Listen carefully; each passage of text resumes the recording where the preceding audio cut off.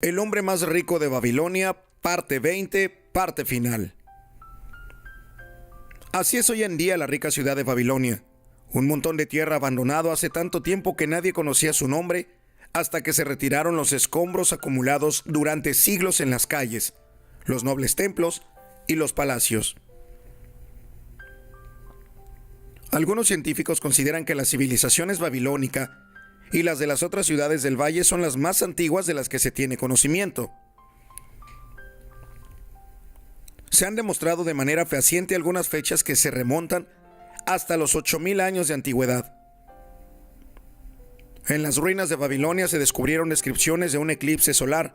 Los astrónomos modernos calcularon fácilmente cuándo hubo un eclipse visible en Babilonia y pudieron de este modo establecer la relación entre su calendario y el nuestro. Así se pudo calcular que hace 8000 años los sumerios que ocupaban Babilonia vivían en ciudades fortificadas. No se puede calcular desde cuándo existían dichas ciudades. Sus habitantes no eran simples bárbaros que vivían en el interior de unas murallas protectoras, sino gentes cultivadas e inteligentes.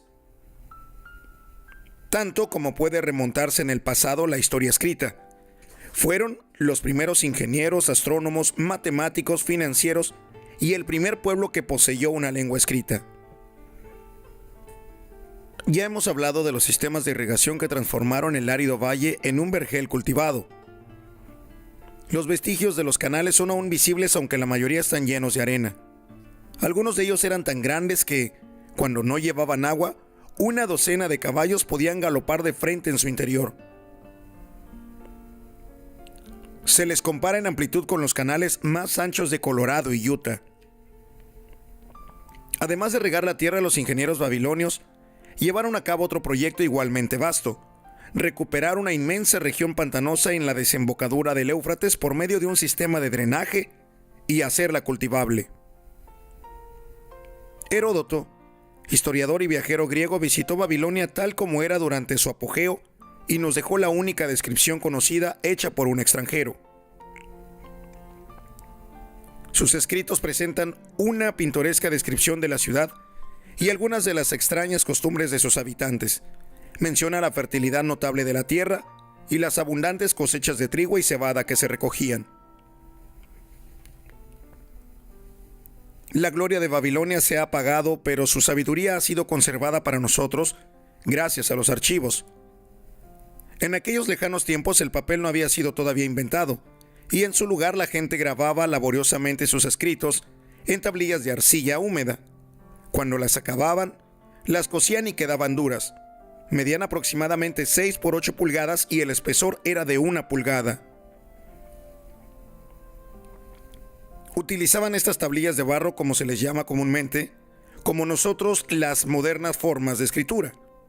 Se grababan leyendas, poesías, historia, transcripciones de decretos reales, leyes del país, títulos de propiedad, billetes e incluso cartas que eran enviadas mediante mensajeros hacia ciudades muy lejanas. Gracias a estas tablillas hemos podido conocer asuntos íntimos de la gente. Una tablilla que seguramente provenía de los archivos del almacenero del país cuenta, por ejemplo, que un cliente llevó una vaca y la cambió por 7 sacos de trigo, 3 entregados en el mismo momento y los otros 4 a conveniencia del cliente. Los arqueólogos recuperaron bibliotecas enteras de estas tablillas, cientos de miles de ellas protegidas por los escombros de las ciudades. Las inmensas murallas que rodeaban la ciudad constituían una de las extraordinarias maravillas de Babilonia. Los antiguos las consideraron comparables a las pirámides de Egipto y las situaron entre las 7 maravillas del mundo. El mérito de la construcción de las primeras murallas es atribuible a la reina Semíramis. Pero los arqueólogos modernos no han podido encontrar vestigios de estas primeras construcciones, ni establecer su altura exacta. Por los escritos de los antiguos se estima que medían entre unos 50 y 60 pies en la parte exterior, que estaban hechos de ladrillos cocidos y además protegidos por un profundo foso de agua. Las murallas más recientes y célebres fueron construidas unos 600 años antes de Cristo por el rey Nabopolassar, quien proyectó una construcción tan colosal que no pudo vivir para ver el final de las obras. Fue su hijo, Nabucodonosor, cuyo nombre aparece en la Biblia, quién las terminó. La altura y la longitud de estas murallas más recientes nos dejan atónitos. Una autoridad digna de confianza informó que debieron de tener alrededor de 52 metros, es decir, la altura de un edificio moderno de 15 plantas. Se estima que la longitud total era de entre 15 y 17 kilómetros y la anchura era tal que en su parte superior podía correr un carro tirado por 6 caballos. No queda nada prácticamente de esta formidable estructura excepto una parte de los cimientos y el foso. Además de los destrozos de la naturaleza, los árabes se llevaron los ladrillos para construir en otras partes. Uno tras otro, los ejércitos victoriosos de casi todos los conquistadores de ese periodo de guerras invasoras se enfrentaron contra las murallas de Babilonia. Una multitud de reyes asedió Babilonia, pero todo fue en vano.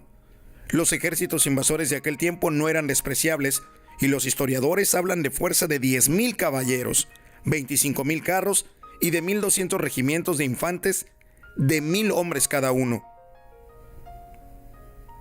A menudo necesitaban 2 o 3 años de preparación para reunir el material de guerra y los depósitos de vituallas a lo largo de la línea de marcha propuesta. La ciudad de Babilonia estaba organizada casi como una ciudad moderna. Había calles y tiendas, vendedores ambulantes que ofrecían sus mercancías en los barrios residenciales, sacerdotes que oficiaban en templos magníficos. Un muro aislaba los palacios reales en el interior de la ciudad. Dicen que esas murallas eran más altas que las de la ciudad. Los babilonios eran artesanos hábiles que trabajaban en la escultura, la pintura, el tejido, el oro y fabricaban armas de metal y maquinaria agrícola. Los joyeros creaban piezas bien de gusto exquisito y algunas muestras que han sido recuperadas de las tumbas de ricos ciudadanos se exponen en museos de todo el mundo. En una época muy lejana, cuando el resto del mundo cortaba árboles con hachas de piedra o cazaba y luchaba con lanzas y flechas con puntas de piedra, los babilonios ya usaban hachas, lanzas y flechas de metal. Eran financieros y comerciantes inteligentes. Por lo que sabemos, fueron los inventores del dinero como moneda de cambio, de los billetes y de los títulos de propiedad escritos. Babilonia fue conquistada por sus enemigos hasta cerca de 540 años antes de Cristo, pero tampoco entonces fueron tomadas las murallas. La historia de la caída de Babilonia es de lo más extraordinario. Ciro, uno de los grandes conquistadores de la época, proyectaba atacar la ciudad y tomar las murallas intomables. Los consejeros de Nabónidos, rey de Babilonia, le persuadieron para que fuera ante Ciro y librara la batalla sin esperar a que la ciudad estuviera asediada. El ejército babilonio, tras consecutivas derrotas, se alejó de la ciudad. Ciro entró por las puertas abiertas de la ciudad, que no opuso resistencia alguna. El poder y el prestigio de Babilonia fueron declinando gradualmente hasta que, al cabo de unos siglos, fue abandonada, dejada a merced de vientos y tormentas que la devolvieron al desierto sobre el que se había alzado en su origen. Babilonia había caído para no volverse nunca a levantar, pero debemos mucho a su civilización. Los eones han reducido a polvo las orgullosas paredes de sus templos, pero su sabiduría aún vive. Ahora sí hemos llegado ya a la parte final del hombre más rico de Babilonia, del autor George Samuel Clayson. Soy Edgar Flores, el Gato Volador, y les agradezco infinitamente que hayan leído conmigo este primer libro, el primero de muchos más que vamos a tener en este canal de lectura de YouTube. EFM La Lectura es Cultura. Prepárense porque el siguiente libro que voy a leerles va dedicado especialmente al amor propio de las mujeres y a su autoestima. La autora es Josefina Vázquez Mota y el libro se llama Dios mío, hazme viuda, por favor. El desafío de ser ustedes mismas. Soy Edgar Flores, síganme a través de Instagram como Gato Volador Radio y en Facebook Edgar Flores, el Gato Volador. Y no olviden que la lectura es cultura. Gracias y aplausos. Ya terminamos con nuestro primer libro de muchos que vamos a leer en este canal.